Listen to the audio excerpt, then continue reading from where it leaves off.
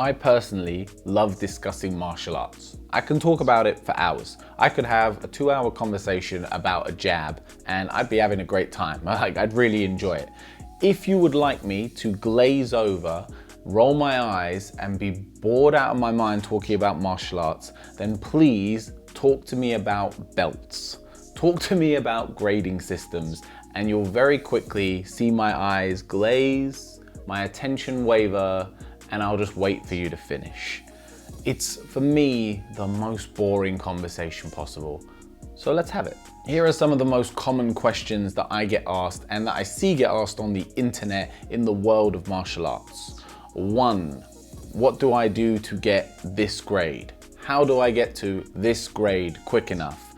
I can beat this higher grade. What's up with that? There's this lower grade who thinks that he's better than me.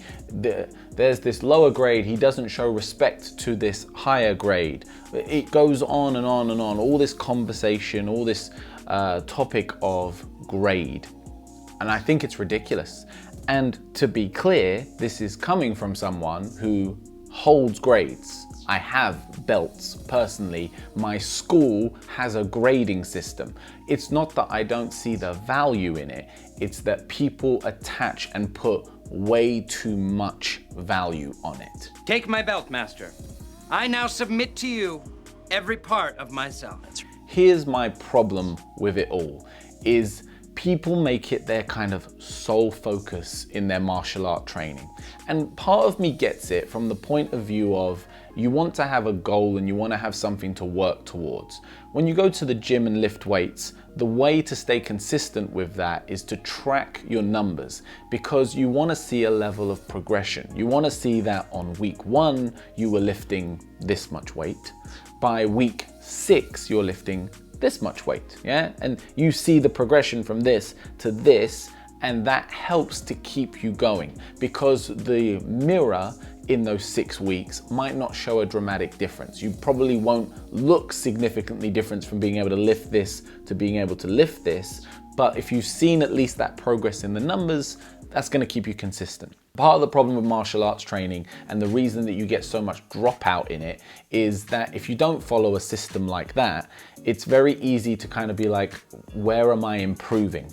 And the improvement in martial arts tends to be even slower than a lot of other sports. There's a lot more limiting factors. It's a very complicated thing to learn.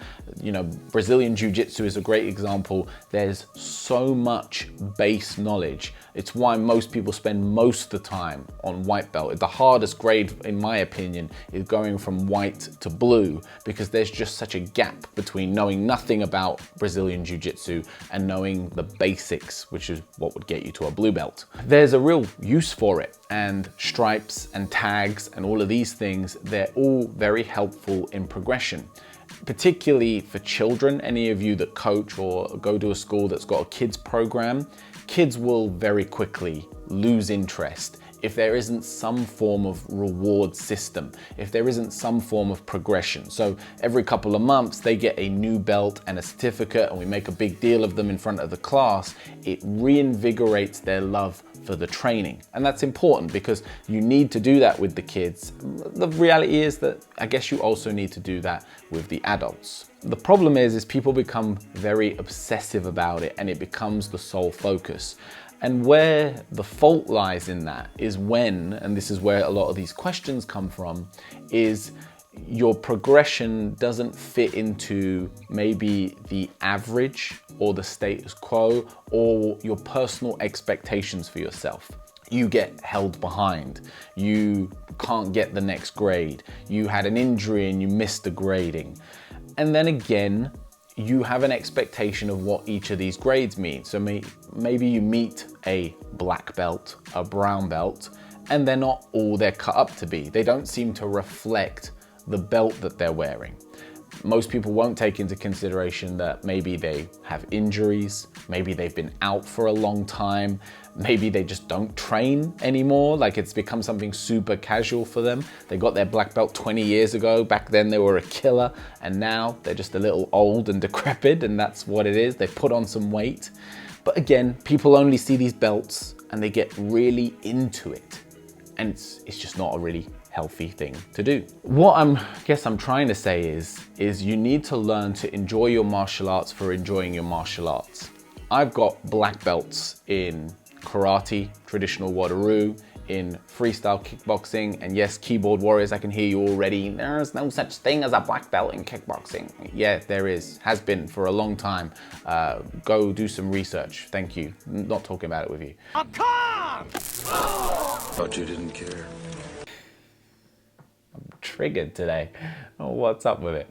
I've got belts, and I couldn't care less. You could take them all away. You could say debunk them, they're not legit, put me back to white belts. Not only would I not care, but I wouldn't do another grading for the rest of my life. Not because I can't be bothered to go through the system again, it's because I just enjoy training martial arts now. And if someone turned around to me tomorrow and said, we're awarding you your dragon belt, your gold belt, there's a new set of belts for you to get, your next Dan, whatever it is, I wouldn't be too interested. Because for me now, the enjoyment comes from the journey of training. I just enjoy meeting new people. I just enjoy training with new guys, sparring with different people, training and coaching different people, different ages. That is now where all of my joy comes from. And that is a lot more sustainable in the long term, because you will run out of belts, you know? Gradings, you will get a black belt one day. And is that the end of the line for you? You get the belt and then you kind of don't know what else to do with it. At some point, it needs to transition from this pursuit of these goals to just an enjoyment of the process. Because here's the other reality, right? And especially for you adults that are watching, we don't get better with time. We just deteriorate physically. I'm now 33 and I'm already feeling the effects of aging. I'm already feeling my ankle hurts more than it used to. My hips don't feel like they used to. My knees don't feel like they used to. And I generally take pretty good care of myself, and I don't have a specific injury on these areas. It's just aging. So my martial arts, realistically, is only gonna get worse. So for me to get all hung up on being a black belt and representing the martial art in a certain way for the rest of my life, it's just not feasible, because my martial arts is only set now to slowly, admittedly, deteriorate. Now, if you're coming up in your early 20s, you're still in this upward progression, which is great. And it's not to say that in your later years you can't still progress in terms of increase your knowledge, but it's a physical sport and your physicality is going to go downwards with time.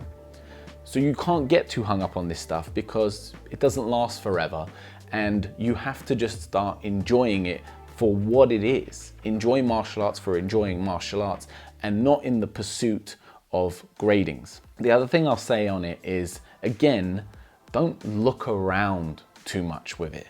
Don't look at the other black belts and measure yourself accordingly. Don't think that because you've beaten a higher grade in sparring that counts for anything, or that you've been held back on belts, that it really counts for anything as much as you think that it does.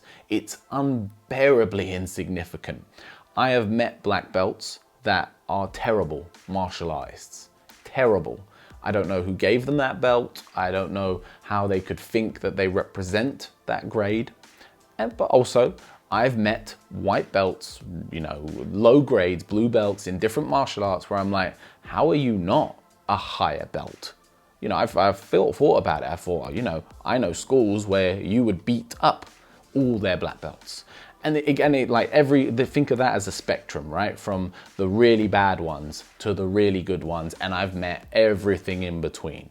And you will too. The more you do it, you'll just meet this and you'll encounter it. They don't mean anywhere near as much as what you think. This is why, go to a competition. I'm using jiu-jitsu because that's just what's in my mind today.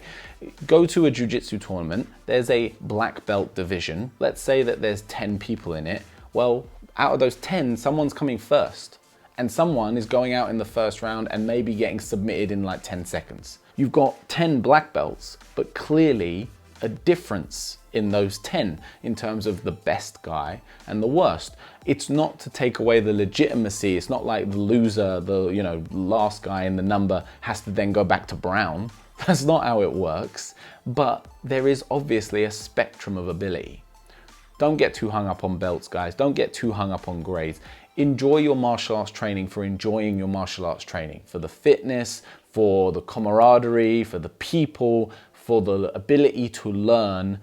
And then anything that comes with that, the belts that are awarded to you, the championships you win, let's go as far as saying, championship belts, it's all fun and games, man. It's all part of it, but enjoy martial arts for enjoying martial arts, because that is what it's all about. Guys, I hope you liked this video, a little rant for you for once. Hit the like button, hit subscribe, and I'll see you on the next one.